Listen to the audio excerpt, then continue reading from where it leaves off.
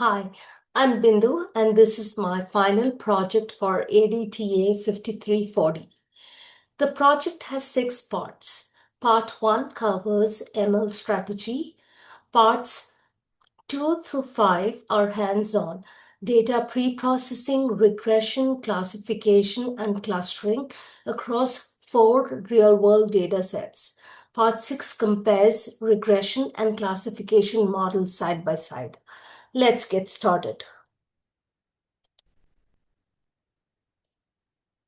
I'm presenting today as Chief Information and Data Officer of Sally Beauty Holdings. I'll walk you through an enterprise-wide ML strategy designed to close a competitive gap and drive sustained market leadership. This is a 5-part story: who we are, what's broken, what we are building, how we'll build it, and where it takes us. Sally Beauty is the world's largest specialty realtor of professional beauty supplies, 4,000 plus stores, 3.71 billion in revenue, 27,000 employees across 12 countries. Our dual business model sets us apart. We serve everyday consumers through Sally Beauty Supply and salon professionals through our B2B divisions, Beauty Systems Group. We operate across every channel, giving us rich, varied data environment that is largely untapped for machine learning.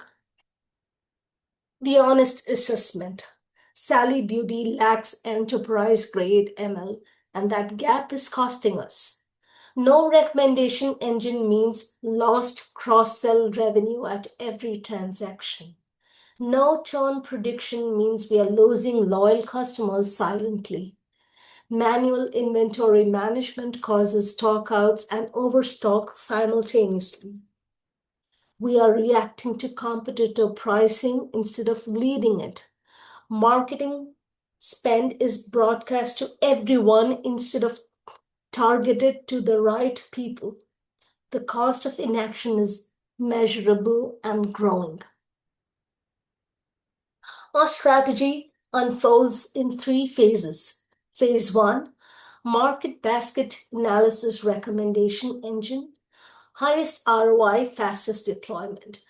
Targets co-purchase patterns across 7,000 SKU catalog. Live on e-commerce, mobile, and in-store kiosks within 6 months. Phase 2: demand forecasting via LSTM networks, churn prediction via random forest, and dynamic pricing via XGBoost. Phase 3: full enterprise integration, NLP chatbot, fraud detection, B2B segmentation, and HR attrition modeling. This table is the strategic backbone of the plan. Every initiative maps from the business problem to a solution algorithm and measurable impact. Each algorithm was chosen deliberately. FP growth for recommendations processes association rules at transaction scale without candidate generation overhead. LSTM for demand forecasting. Its memory architecture captures seasonal dependencies that standard regression misses. XGBoost for pricing outperforms regression on structured retail data with built-in regularization. Random forest for churn. Feature importance output tells marketers exactly which behaviors drive attrition, making it immediately actionable. Every choice is problem specific, not generic. The foundation is already in place. Sally Beauty runs on Microsoft Azure and Databricks as its single source of truth. We build on top in 4 layers: data, ML development, ML ops, applications. Technology is only half the strategy. People and governance are the other half. Human capital. We hire a chief data and AI officer, 6 data scientists, 3 ML engineers, 4 data engineers, and a governance officer. Existing staff get Azure AI certifications and ML literacy training. Governance. And ML steering committee reviews ROI bi-weekly. and our structural edge. Sally Beauty's professional co-purchase data is something no competitor can replicate. Machine learning is not a technology initiative. It's a competitive survival strategy. Our competitors are widening the gap every quarter. This strategy is grounded in our existing Azure platform, real technology partnerships, and proven ML capabilities. The outcomes are measurable, and the infrastructure is already in place. My recommendation is simple. Approve phase one for immediate execution. The data is ready, the platform is ready, and the strategy is ready. Moving on to part two of my final project, data pre-processing. I'll walk you through how I clean and transform the Austin animal data set to prepare it for machine learning. The principle is simple. No model outperforms the quality of its data. Let's get started. The Austin Animal Shelter dataset consists of 95,000 plus records spanning nearly 7 years. Every animal that came through their doors. Our goal? Build a multi-class classification model to predict outcomes, adoption, transfer, and return to owner or euthanasia. These predictions can help the shelter make better, faster decisions and improve animal welfare. But first, we need clean data. The assignment required 3 specific pre-processing tasks. First, identify and remove irrelevant or redundant attributes that won't help the model learn anything useful. Second, transform the age upon outcome column, currently stored as human readable text, into a numeric format. And third, handle any missing or invalid values in a thoughtful, justified way. Let me walk you through each of these in detail. The data set had 10 attributes. I removed 2 as irrelevant. Animal ID is just a unique identifier with no predictive value. A model can't learn anything meaningful from it. Month, year is completely redundant with the date time column. So keeping both would just add noise. The remaining 8 attributes were retained because each carries potential predictive signal. Note that the animal ID should also be dropped before model training in the next phase.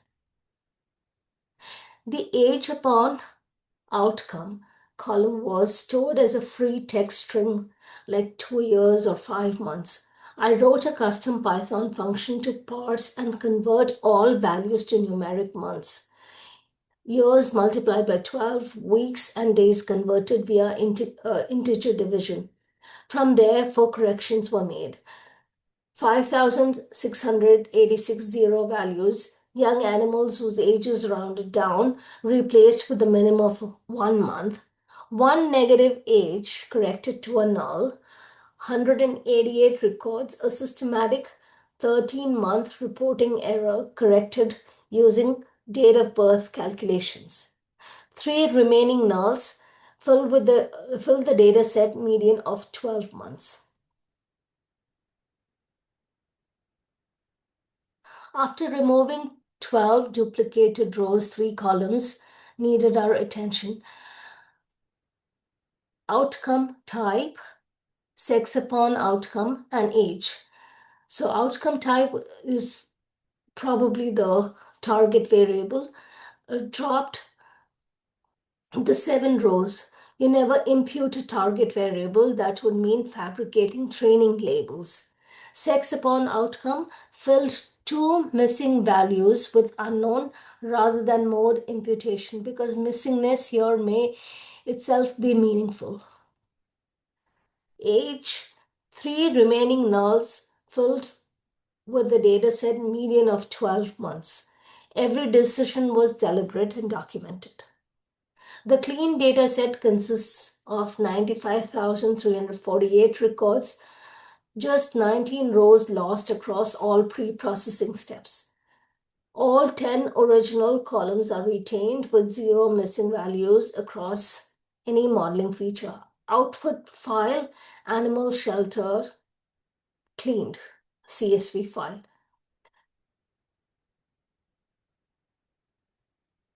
To summarize, all three pre-processing tasks are complete. I removed two irrelevant columns, converted age from text to numeric with full edge case handling, and resolved every missing value or invalid value using documented techniques. The date of birth based validation was especially valuable. It surfaced a systematic 13-month reporting error across 188 records that would have silently degraded model performance. The result, a clean, validated data set of 95,348 records ready for classification modeling. Now we shift to predicting the age of abalones, marine snails using only physical measurements. Traditionally, scientists determine the age by cutting open the shell and counting the rings under a microscope. Our goal is to replace that process with a linear regression model trained on 4,177 specimens. We'll walk through every step: discovery, pre-processing, model planning, building, and results. The data set consists of 4,177 records and 9 attributes, 8 physical measurements plus rings. Our target variables is the rings. Age in years is equal to rings plus 1.5. During discovery, I found no missing values or text anomalies. 2 records were with height equals to 0, which is physically impossible, and was flagged for removal. There was a strong correlation among weight features, and I also noted moderate correlation between all features and rings. Pre-processing involved 3 actions. First, I removed 2 rows where height was 0. These are invalid since every abalone has a measurable height. Second, the categorical sex column, male, female, infant, was converted into binary numeric columns using one-hot encoding so the model could process it. Female was used as the reference and dropped. Third, cleaned data set was exported as a CSV and saved both locally and to Google Drive.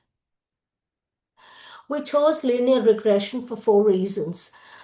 The target variable rings is continuous and numeric, making it a regression problem. Linear regression coefficients are directly interpretable, so we know which features matter most. Our EDA confirmed moderate linear correlations between predictors and rings, suggesting a linear model is a reasonable fit. And it serves as a critical baseline. Any more complex model we try later, like a card decision tree, must beat this benchmark. I split the data 67-33 for training and testing with a fixed random seed for reproducibility.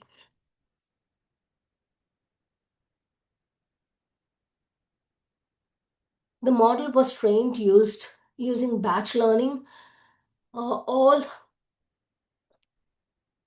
2,797 training samples in a single fit call. I also created 2 hypothetical abalone records. Record 1 is a mature male with larger measurements, and record 2 is a smaller infant. These were crafted to reflect realistic biological size differences so I could test the model's predictions on completely new data.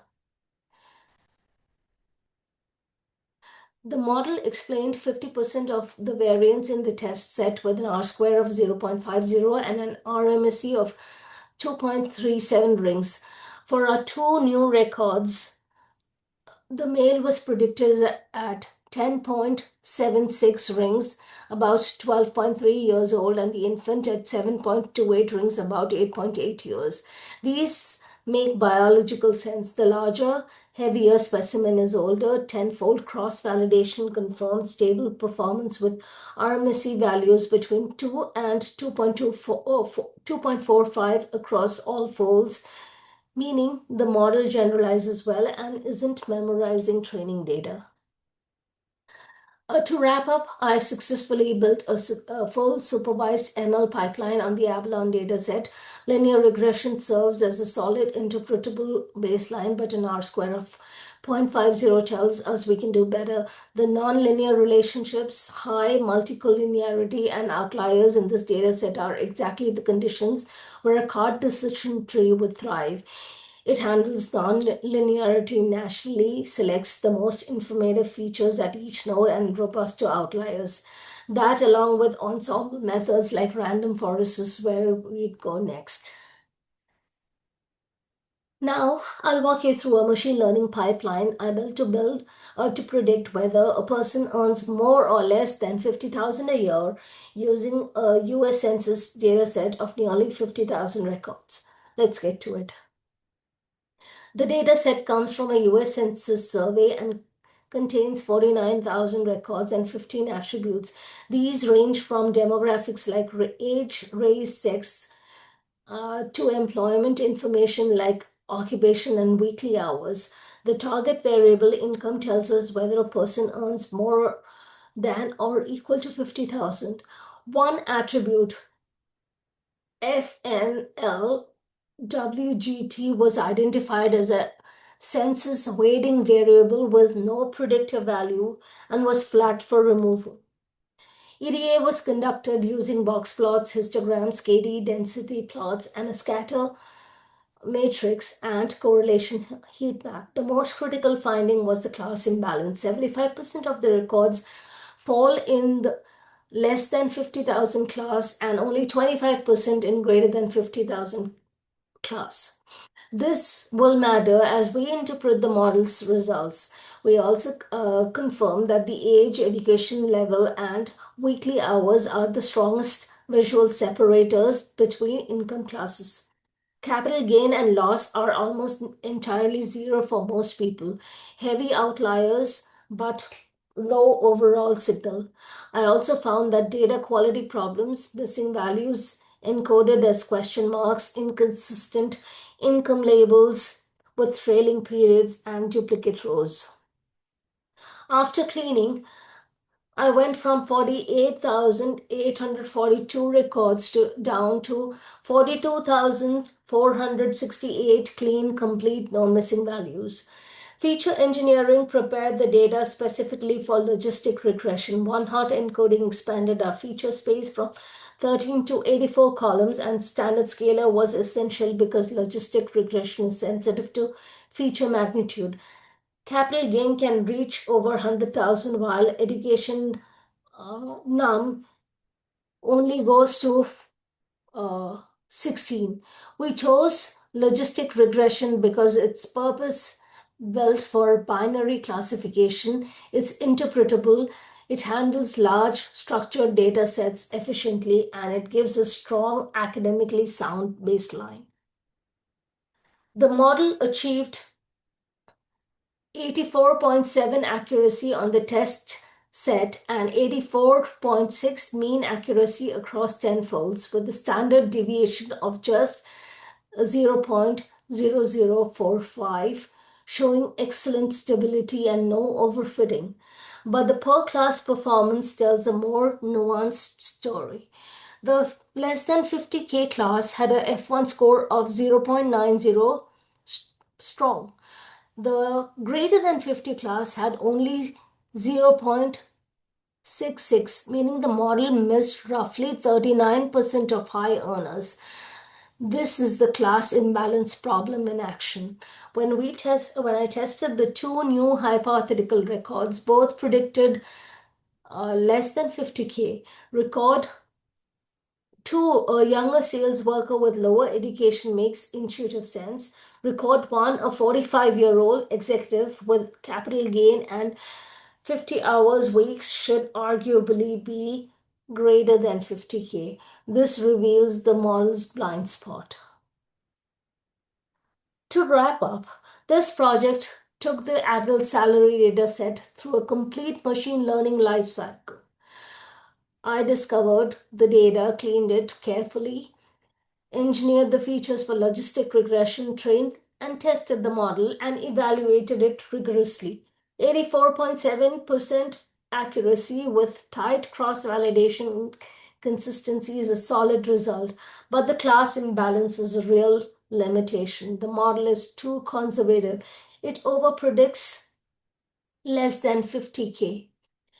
The next natural step is random forest, which can capture nonlinear feature interactions, doesn't need scaling, and handles imbalanced classes natively. Combine that with SMOT to oversample the minority class, and we'd expect substantially better recall for greater than 50K group. This is part 5 of my final project. This project applies unsupervised machine learning to car evaluation dataset to discover hidden patterns and group cars into meaningful clusters without using predefined labels. The presentation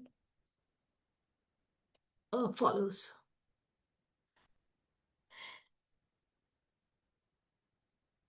The dataset has 1,728 records and 7 attributes, all categorical. There are no missing values and no duplicate rows. The evaluation column is heavily imbalanced. About 70% of the cars are labeled unacceptable. 2 columns have abnormal values, doors that have 5 more, and passenger has more. Text masking numeric quantities that has to be fixed. These findings set stage for pre-processing. Pre-processing involved 4 steps. First, the abnormal values, 5 more in doors and more in passengers, were replaced with the integer 5. Second, label encoding was applied to convert all remaining text categories into numbers so k-means algorithms can work with them. Third, a null check confirmed 0 missing values. Fourth, a duplicate check confirmed all records are unique. A clean data set was exported as a CSV file. K-means was selected because this is an unsupervised task, and I do not have the labels to train on. The data set is fully numeric after encoding, which means k-means a requirement. For the number of clusters, k equals 4 is motivated by domain knowledge. 3 key attributes, price, maintenance, and evaluation, each have exactly 4 distinct levels. This naturally suggests 4 tiers of cars: premium, upper mid, lower mid, and budget. This has strong argument rather than relying solely on statistical heuristics.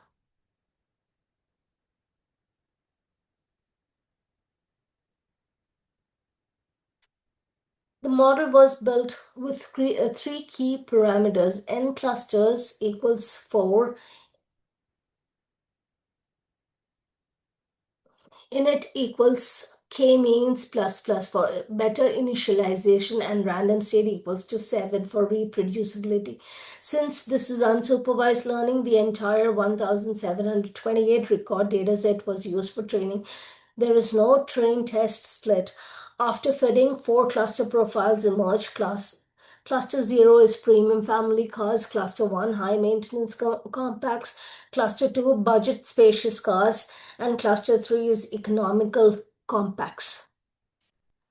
The model was evaluated using 2 methods. The elbow method showed a gradual inertia decline with no sharp bend, typical for this kind of data. The silhouette score was 0.1726. This is low, but it is expected. All features are categorical and encoded as discrete integers with small numeric ranges, which limits geometric cluster separation. 2 new records were then predicted. Record 1, a premium car with high price and large capacity, was assigned to cluster 0, and the premium family cars group. Record 2, a budget compact, was assigned to cluster 3, economical compact group. Both results are logically consistent and validate the model. To summarize, I explored a dataset of 1,728 cars with 7 categorical attributes. After cleaning and encoding, k-means with k equals 4 was applied, motivated by the four natural tiers embedded in the data's key attributes. The model produced four interpretable cluster profiles. Two new records were predicted, and their cluster assignments matched the expected profiles perfectly. The low silhouette score is a known characteristic of this data type and does not undermine the model's validity.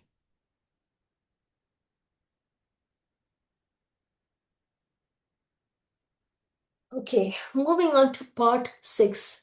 We've already built a linear regression model to predict the abalone age. Now we put it head to head against a decision tree regressor on the same data set. 4,175 cleaned abalone records.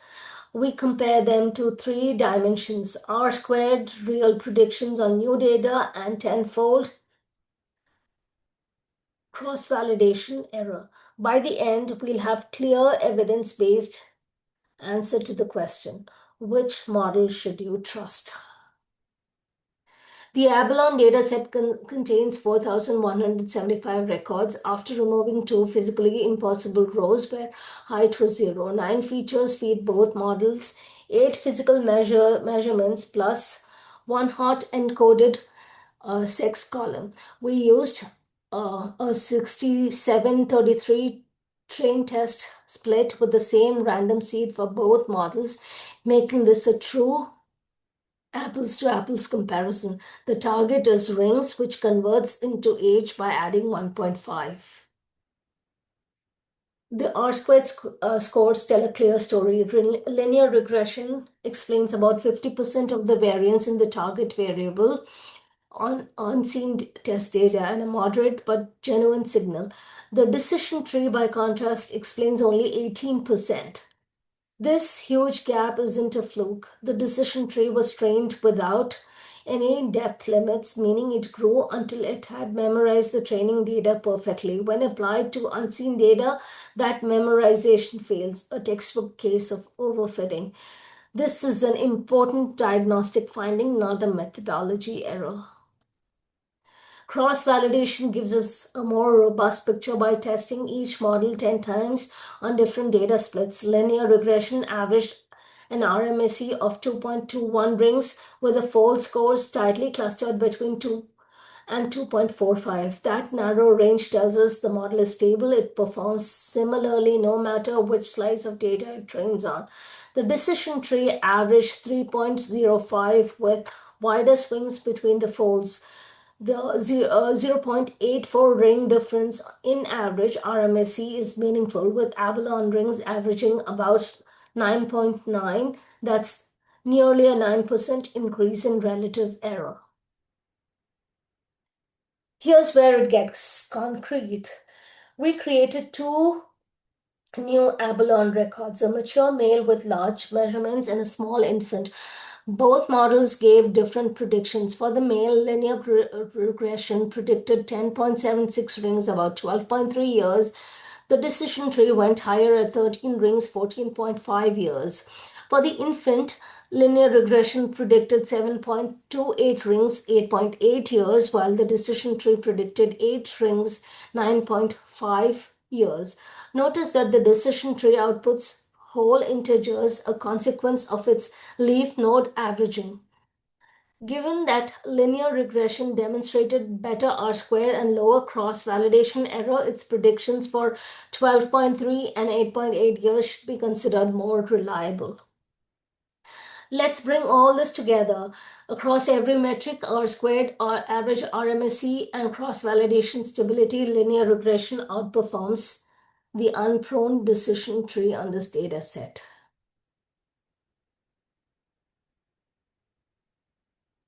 Now, in this part, the question I'm answering today is a practical one between logistic regression and k nearest neighbors. Which model does a better job predicting whether someone earns more than 50,000 a year? I used the same adult salary census dataset from part 4, 42,468 clean records, and evaluated both models on accuracy, new record predictions, and tenfold cross-validation. Let's get to it. The data set is the same: adult salary, census data.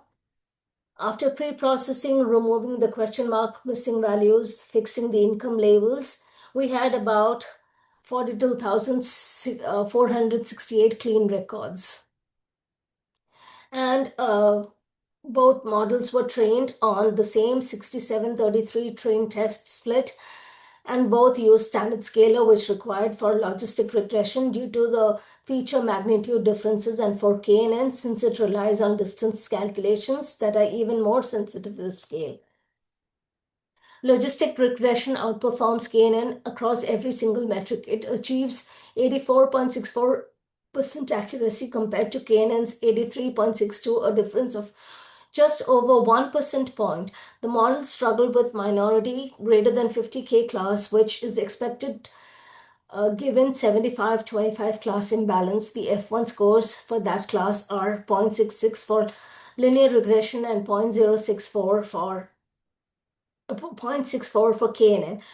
Oh, while neither number is impressive in isolation, the pattern is consistent. Logistic regression does better everywhere. The linear regression boundary it learns appears, a linear decision boundary it learns appears to be a better fit for this data than KNN's distance space approach. 2 new records were created and submitted to both models. Record 1, 45-year-old executive manager with bachelor's degree and capital gain of 5,050 hours of work per week, produced a disagreement. Logistic regression predicted less than 50K, which is the intuitively expected result. KNN predicted greater than 50K, likely because it was influenced by majority class neighbors in the high dimensional feature space. Since the models disagree, we use accuracy as the tiebreaker, and logistic regression wins on that front, so we trust its prediction. Record 2, a young sales worker with a high school education and no capital income, prompted agreement from both models. Less than 50K, which is also the expected result. The tenfold validation confirms everything we saw in the test results. Logistic regression has a mean CV accuracy of 84.38 against KNN's 54%. The close alignment with these models' test accuracy and CV means CV mean also confirms that neither model is overfitting and these results are genuine. So which model to trust? Logistic regression. And with that, I end my presentation.